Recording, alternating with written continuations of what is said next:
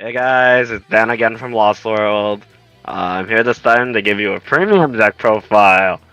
This time it will be on Neo Nectar, aka Katrina, that deck. So yeah, let's get started. V starter, draws you a card. Gets a quick shield if you go second. Very funny. Great threes. You play 4 Stampini. This Great three is arguably the best grade 3 in the deck, because you want to, if you go second and you ride it, it makes 2 free tokens. So it makes it easier for you to fill up your board with tokens. And also, good if you can't stride, because it's pseudo Katrina. Yeah, it makes it more tokens. Yes. Good card. After that, I play 3 Giasha and 1 Vyasha. If you haven't guessed it, this is basically the French list. 3 Giasha because you want to do the on-head stride when you go first, because of a couple other plays I'll get into later, and 1 Vyasha because, just like this, it makes you tokens. So, you can do weird setups where you can call this with like Endlord Glove, and still have like 2 very big columns. So yeah. And speaking of double, grade 3 honestly. I love this card. It gets heals, it gets Enelmas, it gets Megaloma fodder, it gets anything you really want that isn't below grade 2. I just described this effect. Also, when you discard it for a try for Katrina, you draw a card. Very good card. 1 ladder. Because I'm getting sick of my tokens getting sniped out of existence. So I play the 1 ladder, also because you can grab it with this. By the way, guys, you can call this with Katrina! So you can call it and then just switch it back with this. And yeah, that's for grade 3s. Grade 2s! The best grade 2 in the deck. Other than the red, sorry. +1 innately. Makes a token. Draws a card. Yeah. That, yeah, this card is really good. It's like pseudo column bar, kind of. Yes, I'm a Grand Blue player. Then after that, 4 Fixer. Good card if you have ladder, or if you're not into board removal.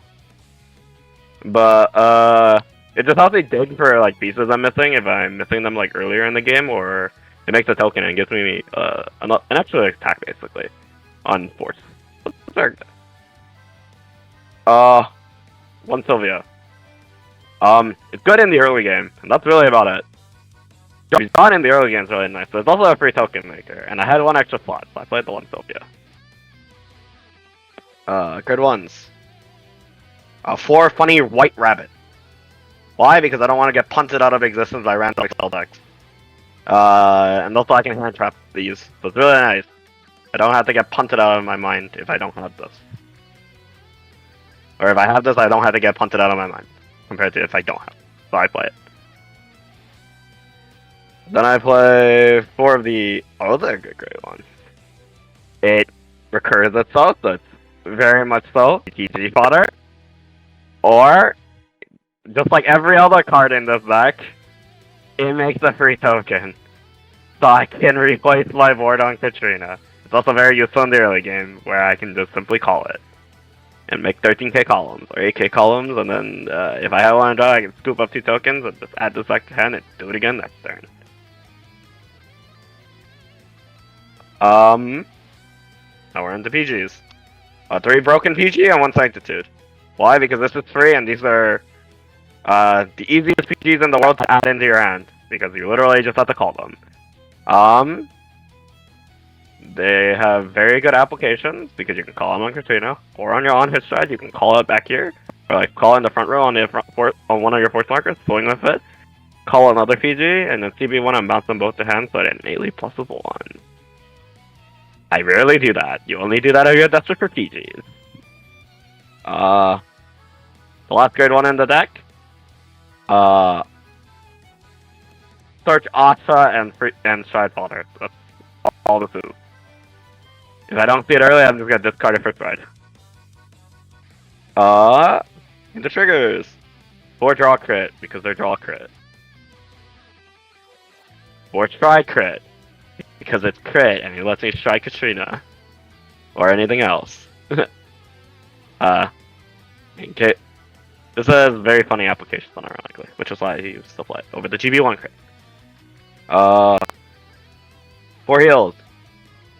You don't play the CC heal because your G-Guard CC's one, and you don't need that much slow because you can generate that as well from rewriting. You play specifically the grade 3 one because just like every Starkea deck, you can grab it back with Vanguard Glove. So it's very easy to G-Guard in this deck. So you play the grade 3 heal so that you can actually be able to G-Guard. 3 draw triggers. I like my draws. I personally thinking don't think you need more crits because I can just punch through with numbers, and the extra draw sometimes will actually save me. Store KO too, because Store KO too. This is better than all the other Prey Elemental OTs right now, so play Store KO too. And that's it for the main deck. For the Stride deck, the best Stride in the deck, Katrina. It filters your deck, it makes tokens big, it lets me search anything I want, and depending on situations, I can play it differently. You don't play a 4th one, because I'll be very impressed if by the 3rd one you don't deck yourself out. So I only play 3, and because I want to play other stuff. 2 Spike Clone, because they, guess what, make tokens bigger. No other reason. They're flip fodder. 2 on his Stride, because Superior has Stride. I know some people don't actually like this, but I personally like having this. I don't actually grade 2 game on this deck all that much, because this, remember, is a main phase effect, so very often I'll just call the crit here and dupe it from deck, and I'll draw 2 when I tuck it in soul. And then I'll dupe something else like a Honolulu so that I can choke my opponent. So, yeah, I still play the Untainted Stride. Just like hopefully a lot of people are. But I have seen some builds where they don't. Or they don't do it as much. I don't know why. Then after that, 2 Inverno. Funny story about this, it's currently lost in Europe.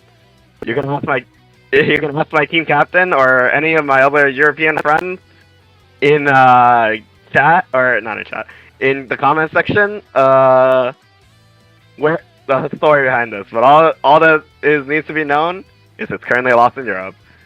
But realistically, I play 2 because I deck myself out a little too much, and this recycles PGs, if you know, or this can get your PGs back in deck, and you can get them back in hand.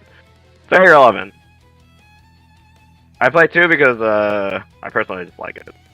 Personal preference. You can play 2 in Megaloma too if you want. 1 Lottie Slava.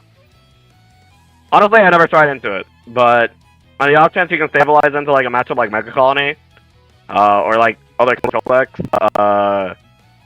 this is a good alternative. Go often and not never use it. 1 Loma, because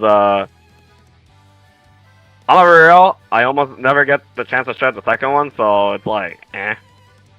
More often than not, the 1 will, by the time I do the 1, they're about to deck out, or they're gonna die on the snapback anyway, so it doesn't really matter. If they pass, they lose anyway. So, I only play the 1, because I don't need the second one. Oh yes.